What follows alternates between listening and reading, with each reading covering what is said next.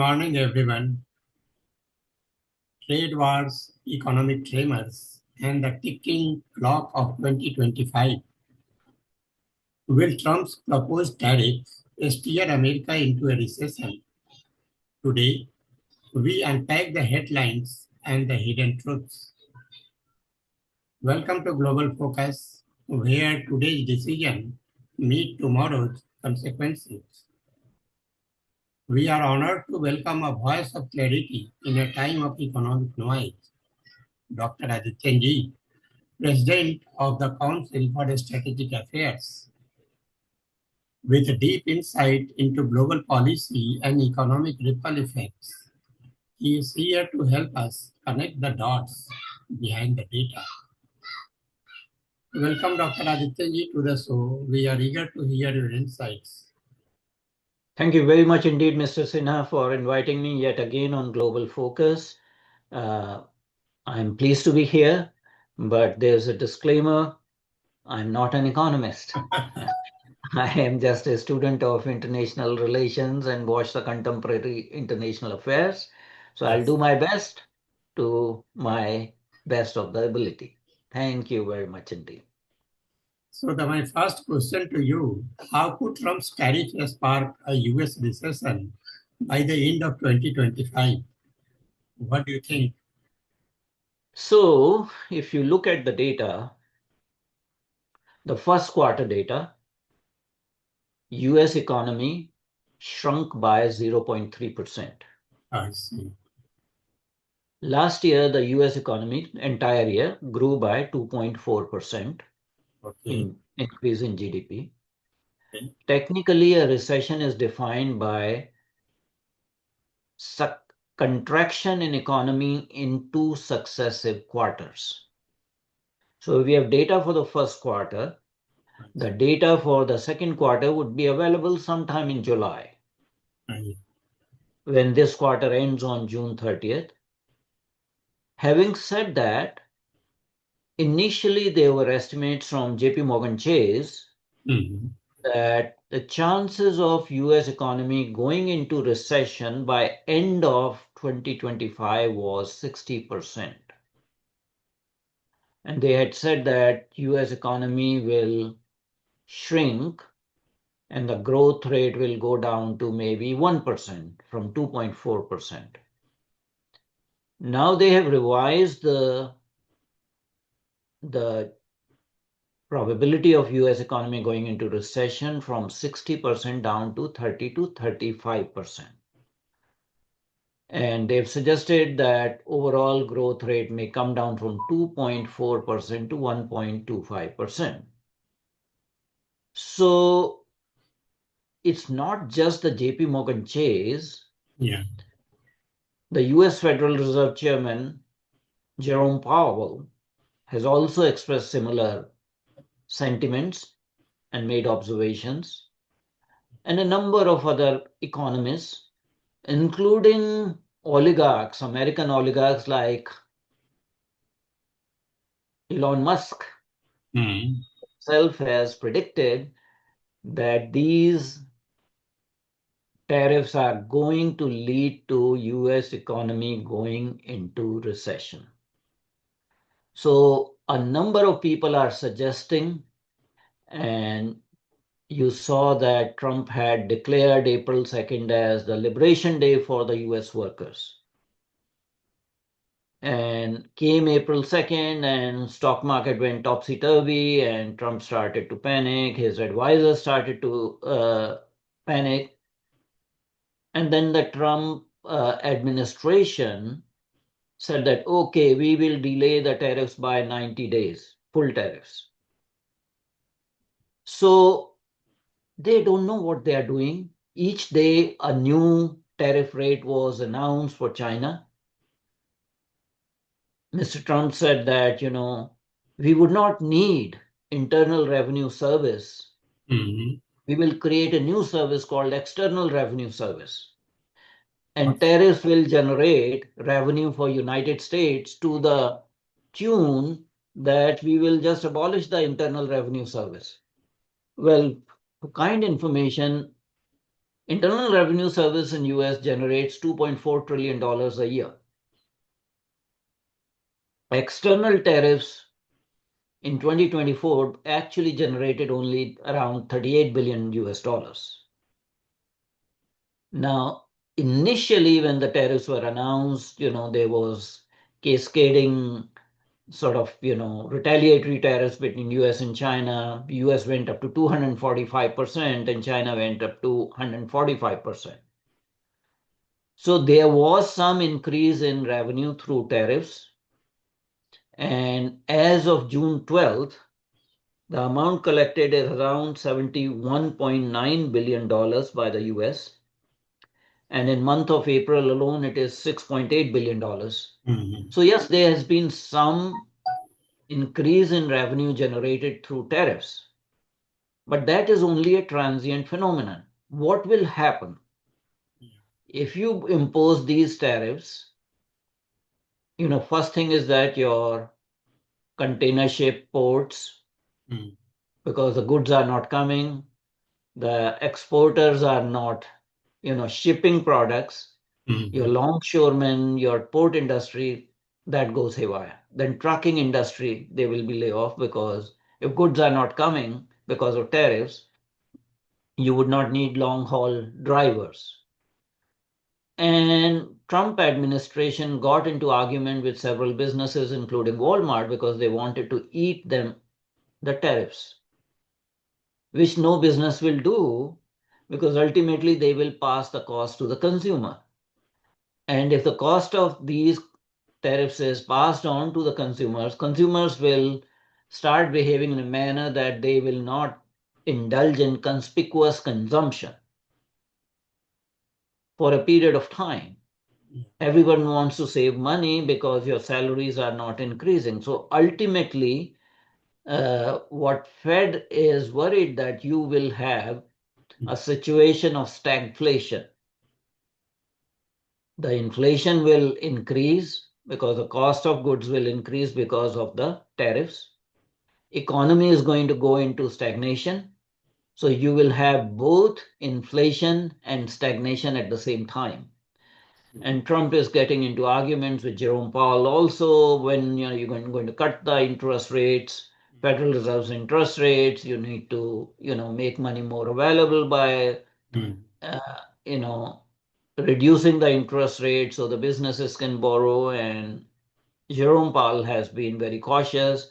He threatened to fire Jerome Powell, as he has fired a lot of heads of autonomous institutions.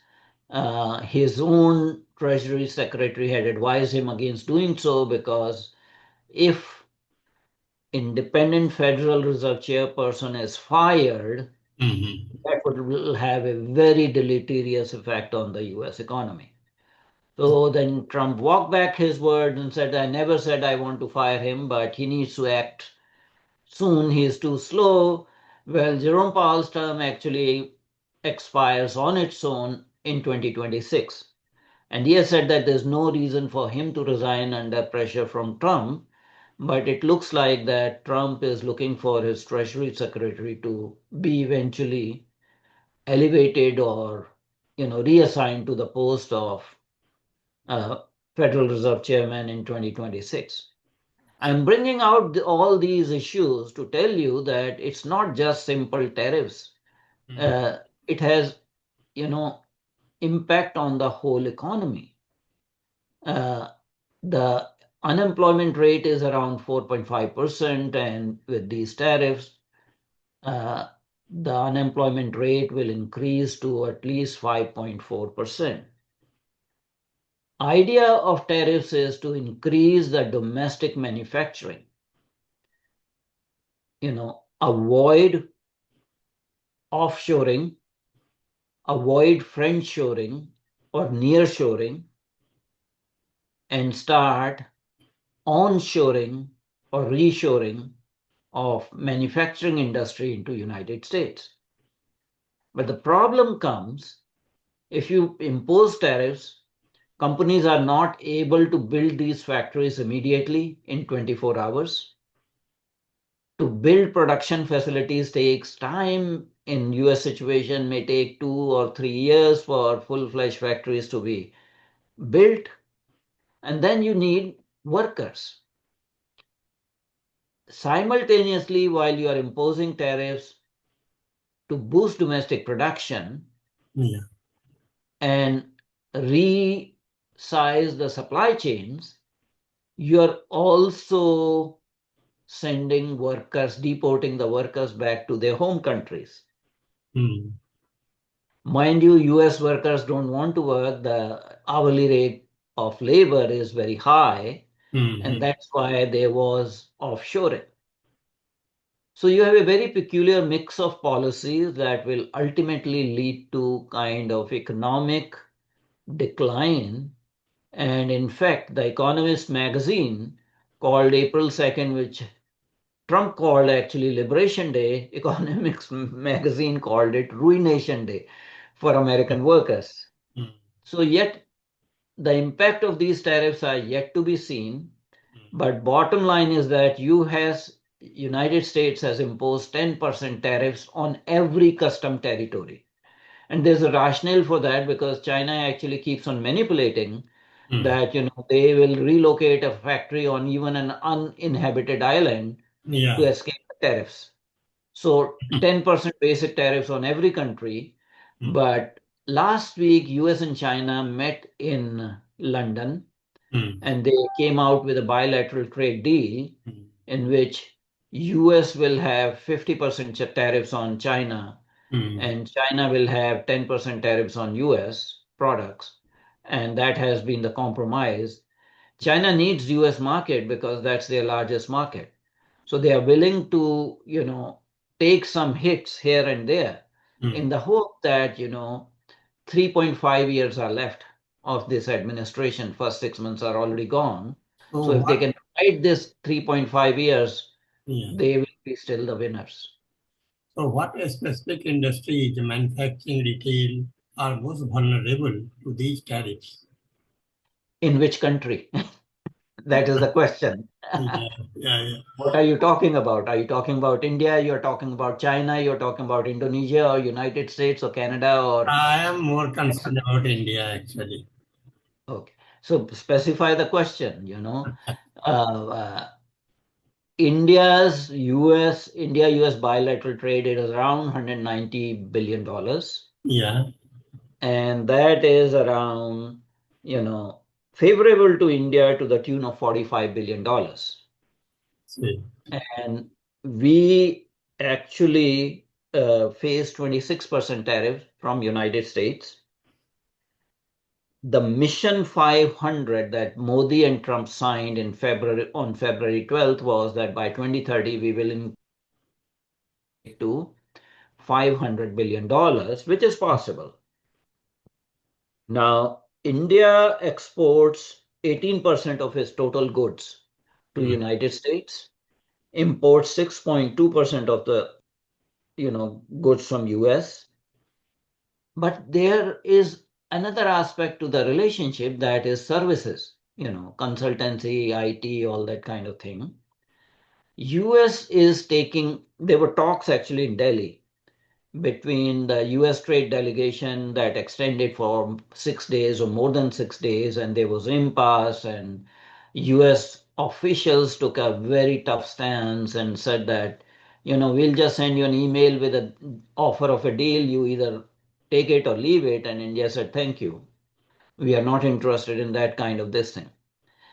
India trade is in terms of, garments, jewelry, gems, handicrafts, that kind of thing. There is some export of agricultural products like mangoes. And US takes a very tough stance. When February 12th meeting in Oval Office, Prime Minister Modi actually gifted a basket of mango to Trump and Trump refused to accept it. This was an insult. So Why? if you see, US has already taken so much of punitive actions against India, even under Trump administration, first Trump administration, for your viewers, I may just enumerate them so that we are not new to this. Yeah. India was labeled as currency manipulator. under Trump 1 administration.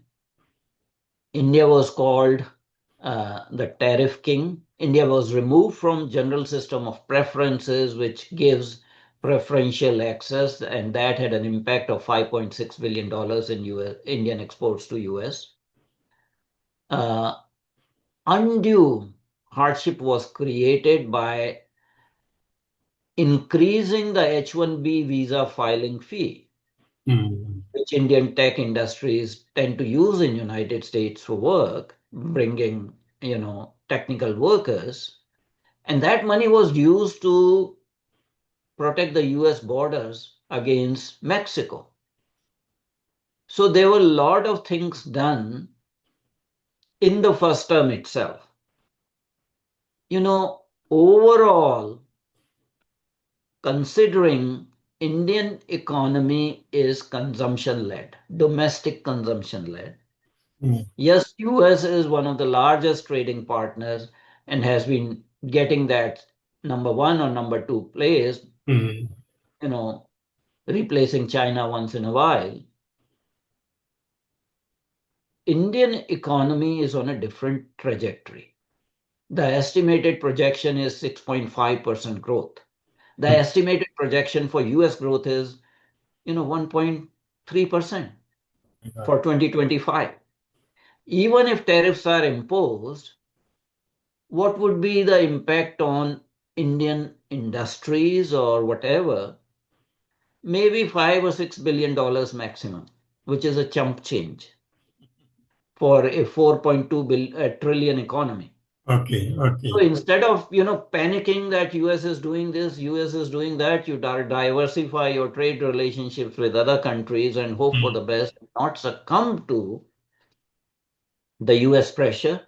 Yeah. Because in the recent trade talks, attempts were made to touch areas that are no-go areas. India cannot, liberalize the agricultural sector. Large number of people are employed in India's agricultural sector, and liberalization also means, changing your domestic laws. India does not allow GMOs, genetically modified organisms, in food industry. In United States, every food is GMO food. There's hardly any, unmodified foods there. So why would you, just to satisfy one country, change your domestic laws? Yes, India had said that, okay, we will buy more energy from you, we will buy more, defense equipment from you, large platforms, things like that, to help you balance the trade. But it does not mean there is a sector by sector equality. That is not the concept of free trade. On the other hand, India contributes to US economy in a number of other ways. Yeah. Almost 3 lakh Indian students enroll in US universities every year. That's the largest contingent. Previously, it used to be China. Now it is India. The fees paid by these students and their parents is to the tune of $25 to $30 billion every year. And when they go and live in United States, they need to sustain themselves. Their parents have to subsidize them, send money. That is another $10 to $15 billion being added to US industry economy. So it's not just trade in goods that you have to equalize sector by sector. So important thing is just stay steadfast and take the hit. You can ride the changes for next 3.5 years. Continue to focus on your own domestic growth. India is exporting now a lot of things India did not export before. India is exporting arms. Yeah. India is exporting toys. India has stopped importing toys. There are a lot of domestic reforms. My next question, how might the Federal Reserve's anticipated rate cuts mitigate or exacerbate the recession risk? I could not hear. What was the question? How might the Federal Reserve's anticipated rate cuts mitigate or exacerbate the recession risk? Well, at this point in time, Federal Reserve in US. You're talking about US Federal Reserve. Yeah, You're right. not talking about India. Yeah. And US Federal Reserve is saying they are taking a very cautious stance. Mm. They are watching the economy and they may or may not change the interest rate. And that is the situation. Trump wants them to reduce the interest rate, but Jerome Powell has sort of, held steadfast. Mm. And his thing is that, reducing the interest rate will increase the inflation further by boosting the supply of the liquid cash into the economy. So that will actually cause more inflation. Inflation has been tamed or relatively tamed. There was run of inflation during the COVID time and all that sort of thing. Mm. So it is unlikely that Feds will, reduce the interest rate in their next meeting. Okay. They are very, very concerned about inflation because they don't want a stagflation like situation, which is Mm. worse for the economy. So what are the global ripple effects of the US recession driven by Trump's trade policies? Global ripple effects are that if it is said when US sneezes, everyone else catches cold because US economy is driven by consumption and pretty much all the countries want to sell their products to United States.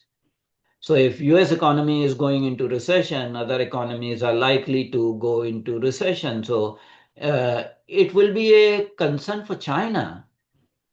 China exports a lot of products to US. As I said, it'll be a minor issue for a country like India. You know, Indian economy, Indian growth is led by domestic consumption. Yes, US is an important trading partner. Mm.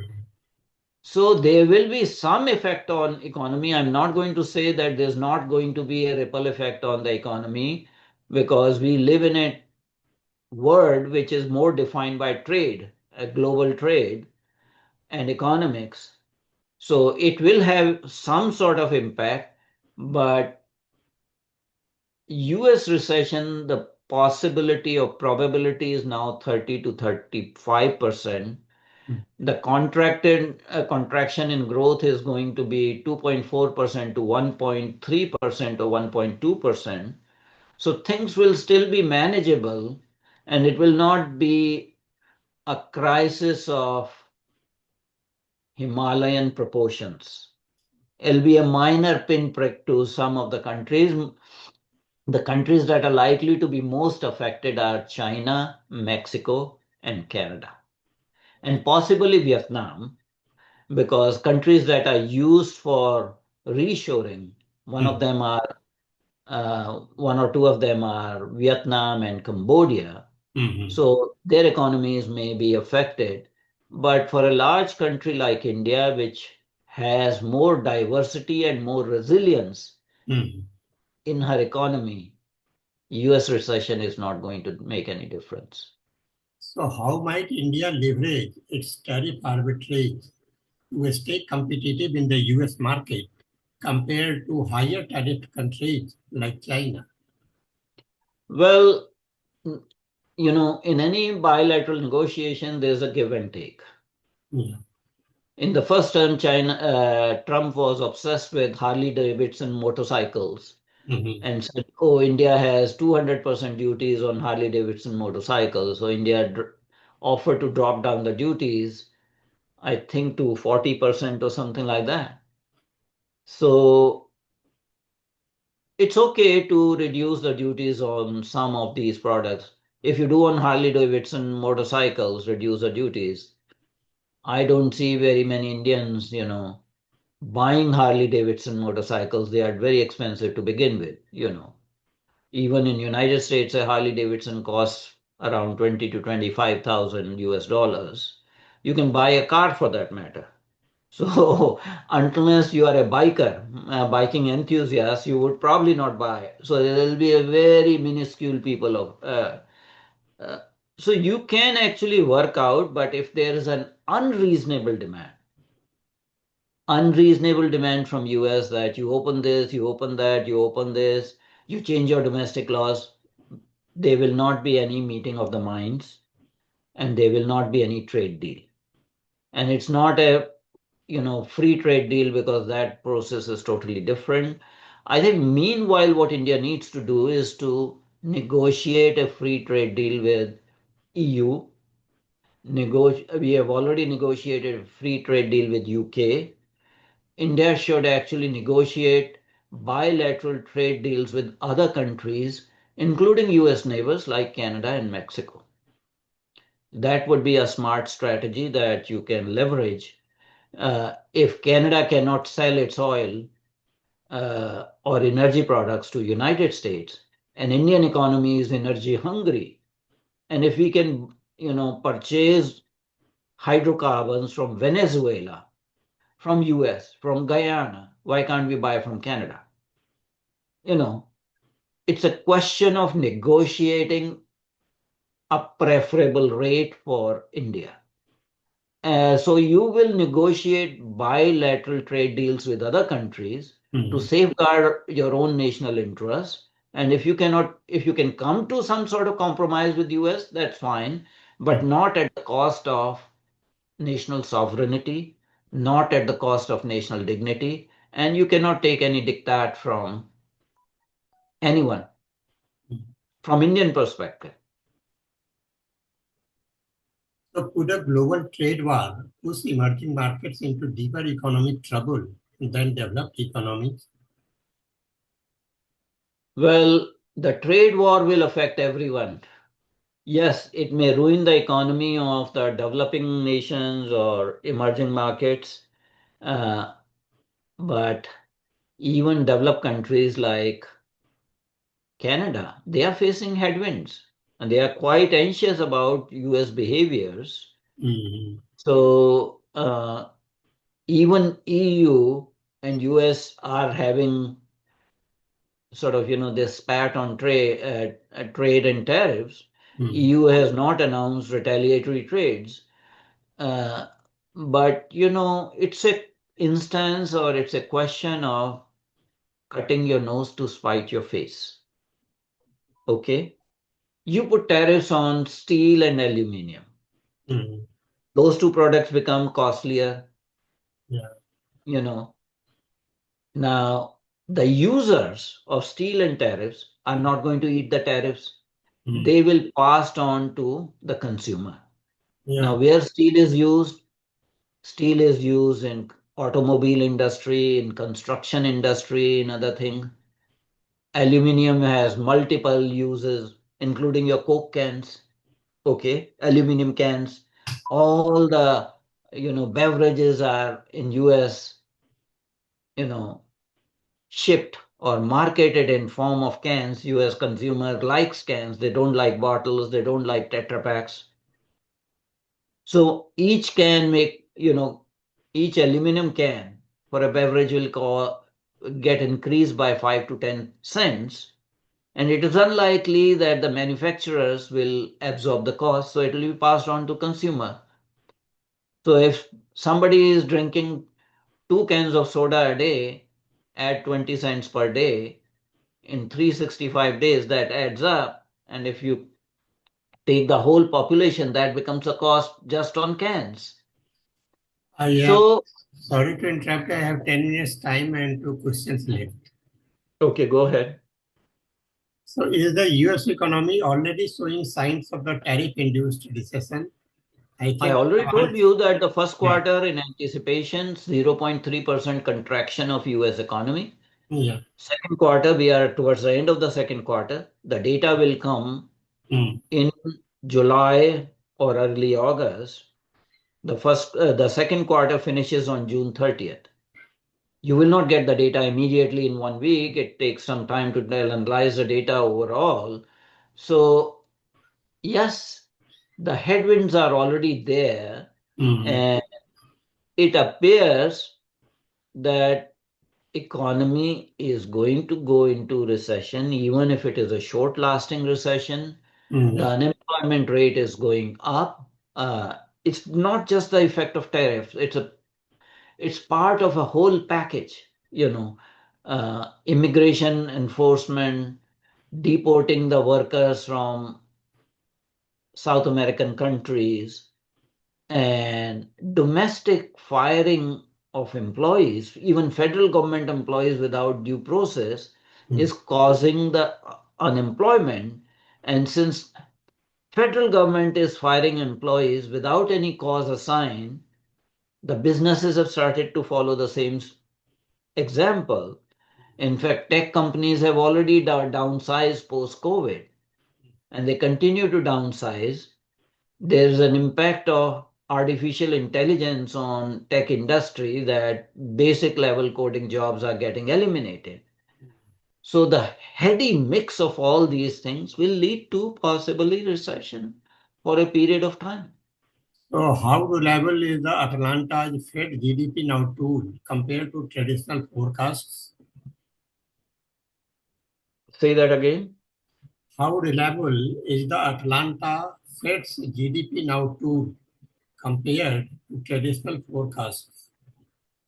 Well, their estimate was 0.8% decline in first quarter, Mhm.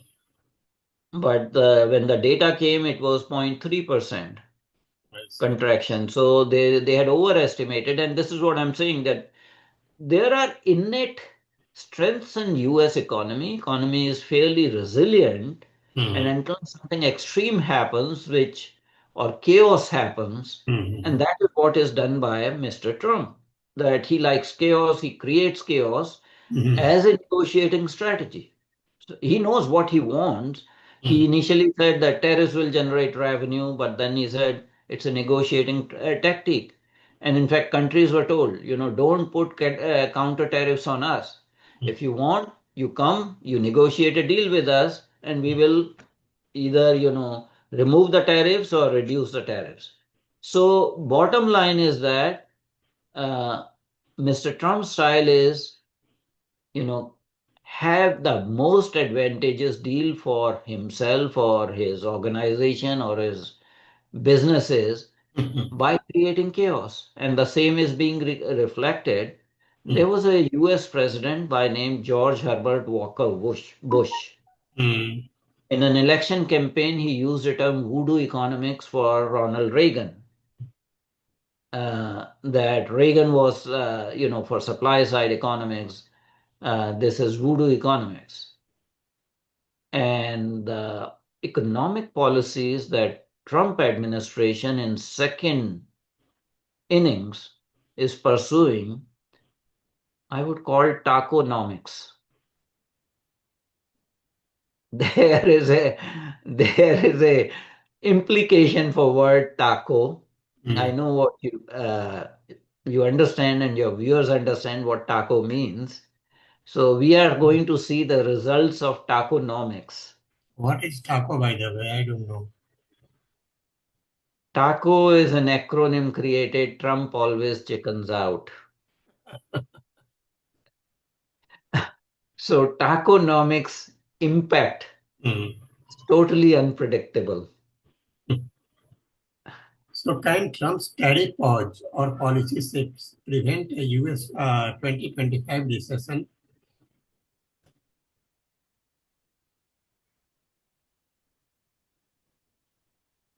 You got the question? Uh, well, I think it's the opposite of what he's doing. Throughout this, we discuss that Mm. Trump's policies are going to cause recession. Mm. US economy was in a good shape till December 2024. The inflation was finally under control. Economy was going at 2.4%. These proposed policies caused the shrinking of economy by 0.3% in the first quarter. These policies are heading the US economy towards a recession. It's not that these tariff pauses will, you know, prevent recession, because they've already, you have started a catalytic chain reaction. Mm. You may try to reassure, and these pauses and policy shifts Mm. can do patchwork repair. But the basic premise remains the same: chaos, create chaos. Industries don't survive in an environment of chaos when you have, you know, 50% tariff on one day, then 100% the next day, then 125, then 145, then 245, and then bring down, okay, we are going to pause for 90 days. That Okay. 90-day pause actually ends on July 9th. Uh, We are very near that. I have only 3 minutes time left and just a couple of questions. What concession might India offer to secure a favorable trade deal with the US? India should basically say that we will increase our purchase of hydrocarbons and energy from you, and we will buy more defense equipment from you Mm. because we are still not completely, uh, you know, self-reliant in our defense needs. So, but what we will buy will be decided by us. Yeah. You cannot impose or you cannot actually shove F-16s down our throats because that Mm. has no value for us, Yeah. or for that matter, F-35s. Mm. We can buy more GE 404 engines from you, which you have been delaying. We can buy more GE 414 engines from you that will benefit you. Yeah. But when you get an opportunity to sell to us, Mm. you put other non tariff barriers, Yeah. you put other sanctions. So I think somebody has to show the light. Right. Right. Uh, there cannot be sector by sector reciprocity. There's always some give and take. And Mm. I applaud the stance taken by Government of India that they are not buckling down to the pressure. So could Trump's Liberation Day rhetoric shift if economic data worsens, or is he committed to long-term tariffs? Well, he has changed his position so many times that you don't know what is true. And that is what is taconomics, that you cannot predict what is going to happen. Okay. Initially, tariffs were tom-tommed as, part of revenue generation for United States, or we'll have so much of tariff generated revenue that we will abolish Internal Revenue Service. IRS generates $2.4 trillion for US economy. I mean the intake, all that sort of thing. So what you were generated $72 billion in first 5 months. Okay. So let's wrap up today. From tariff tension to economic truths, today's conversation reminds us that policy decisions echo far beyond the press conference. A huge thank you to Dr. Adityanjee for helping us cut through the noise. Stay sharp, stay informed until next time on Global Focus. Thank you, Dr. Adityanjee. Thank you so much for your valuable time. Thank you very much indeed, Mr. Sinha, for inviting me on Global Focus and give me opportunity to discuss this important topic on what I call taconomics, because we are seeing the results of it. But stay firm, stay steady, and don't, yield to bullying, and maintain the national sovereignty and national dignity. India's economy on